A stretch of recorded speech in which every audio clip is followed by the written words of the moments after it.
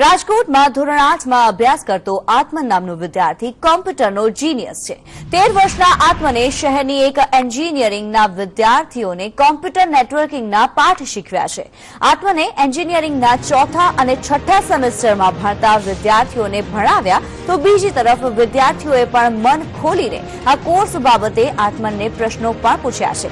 આખરે આત્મનમાં એવી શું ખાસિયત છે કે તેણે આટલી નાની ઉંમરે એન્જિનિયરિંગના વિદ્યાર્થીઓને ભણાવ્યા, તેના પર એક નજર કરીએ તો આત્મને 11 વર્ષની ઉંમરે CCNA નો અભ્યાસ શરૂ કર્યો હતો અને માત્ર 13 વર્ષની નાની ઉંમરે CCNP માં મહારત હાંસલ કરી લીધી। આત્મને 900 થી વધુ માર્ક્સ મેળવીને બધી જ પરીક્ષાઓ પાસ કરી છે।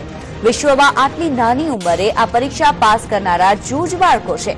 ત્યારે આપને જણાવી દઈએ કે આત્મનનું મગજ ખૂબ જ તેજ ચાલે છે અને આથી જ તેણે કોમ્પ્યુટર નેટવર્કિંગમાં મહારત હાંસલ કરી છે।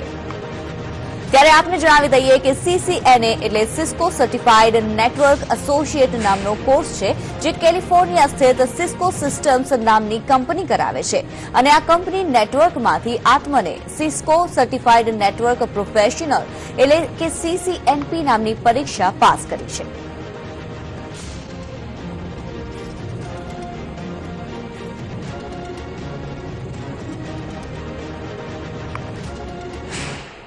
આ એક્ઝામમાં તમારે નેટવર્કિંગ બેઝડ કોન્સેપ્ટ્સ હોય એના ઉપર તમારે એક્ઝામ આપવાની અને તમારે એનું એપ્લિકેશન હોય કે તમારે ઇન્ટરનેટ સર્વિસ પ્રોવાઈડર છે કે કોઈ બેંક છે એવા એપ્લિકેશન્સ ઉપર તમારે એને કન્ફિગર કરવાનું, તમારે જ્યાં પ્રોબ્લેમ્સ હોય પ્રોબ્લેમને સોલ્વ કરવાના અને તે બધી વસ્તુ લગતી આ એક્ઝામ છે Cisco certified networking associate CCNA।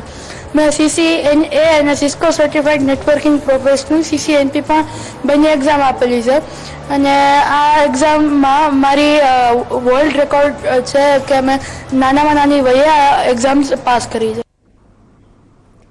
Professor આત્મને એન્જિનિયરિંગના વિદ્યાર્થીઓએ કેટલાક પ્રશ્નો પૂછ્યા અને આત્મને તેના ખૂબ જ સંતોષકારક રીતે જવાબ પણ આપ્યા। તમે આ એક્ઝામ આપી પછી હવે નેક્સ્ટ એક્ઝામ માટે શું પ્રિપેરેશન છે કે હમણાં બ્રેક છે? હા, અત્યારે CCI કરીને આના પછીનું લેવલ છે।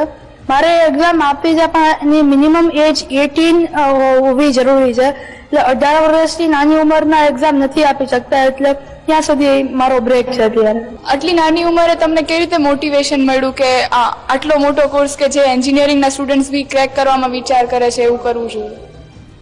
મેં આ વસ્તુ લેવાનું મેં ધ્યેય એટલે કર્યો કારણ કે હું નાના ઉંમરથી જ બધી વસ્તુ રમતો, ગેજેટ્સ ને બધું ખોલતો ને એમાં ઘણી બધી વસ્તુ કરતો, એટલે મને થયું કે જ્યાં સુધી તમે બે વસ્તુઓ વચ્ચે તમે કનેક્શન ડેવલપ ન કરી શકો ત્યાં સુધી એ વસ્તુ આમ કામની જ નહીં, એટલે મને આમાં નેચરલી મને એમ જ એમ થયું કે હું નેટવર્કિંગ કરું। એવું કોઈ વસ્તુ નથી જેનાથી મેં આ ચૂઝ કરી, નેચરલી આવ્યું છે।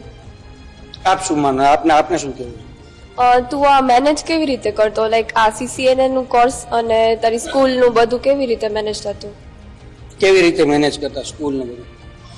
સ્કૂલ મેનેજમેન્ટ કરવું ઈઝી વસ્તુ નથી, પણ હું મારું સ્કૂલનું કામ બને તેટલું સ્કૂલમાં કરી લેતો અને બાકીનું રાતના હું જ્યારે આવતો ત્યારે હું કરતો, કારણ કે આમાં મારે દરરોજની 4 થી 6 કલાક તેટલો ટાઈમ મારે આપવો પડતો અને એક્ઝામ વખતે મારે 8 કલાક ઉપર ટાઈમ આપવો પડતો, તો ઘણીવાર કામ ન પણ થતું ને ઘણીવાર એ રાતના મોડેકથી હું આ બધી વસ્તુ કરતો, પણ એ વખતે મારો ફોકસ ખાલી એક્ઝામની તૈયારી અને ઇન્ફોર્મેશન ગેઇન કરવા ઉપર હતું, એના સિવાય બીજું કાંઈ નહીં।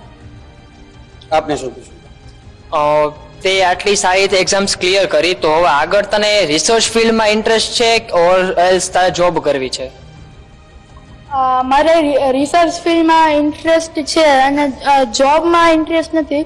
મારે જે મોટી કંપનીઓ હોય છે એનું નેટવર્ક ઓપરેશન સેન્ટર હોય, NOC સેન્ટર, મારે જે NOC સેન્ટરમાં કામ કરવાની ઈચ્છા છે। અગર આ એક્ઝામ પાસ કરી તો અગર અમે લોકો ક્રેક કરી આ એક્ઝામ તો અમારા માટે શું સ્કોપ છે આગળ ફ્યુચર? આ એક્ઝામનો સ્કોપ અત્યારે યુએસમાં ને એ બધા કન્ટ્રીઝમાં વધારે છે, પણ ઇન્ડિયામાં અગર તમે સ્કોપ જોવા જાઓ તો તમને બેંગ્લોર જેવી જગ્યામાં એક ટેકનોલોજી કંપની જેમ કે વિપ્રો કે સિસ્કોમાં પણ તમને તમે જોઈન કરી શકો છો.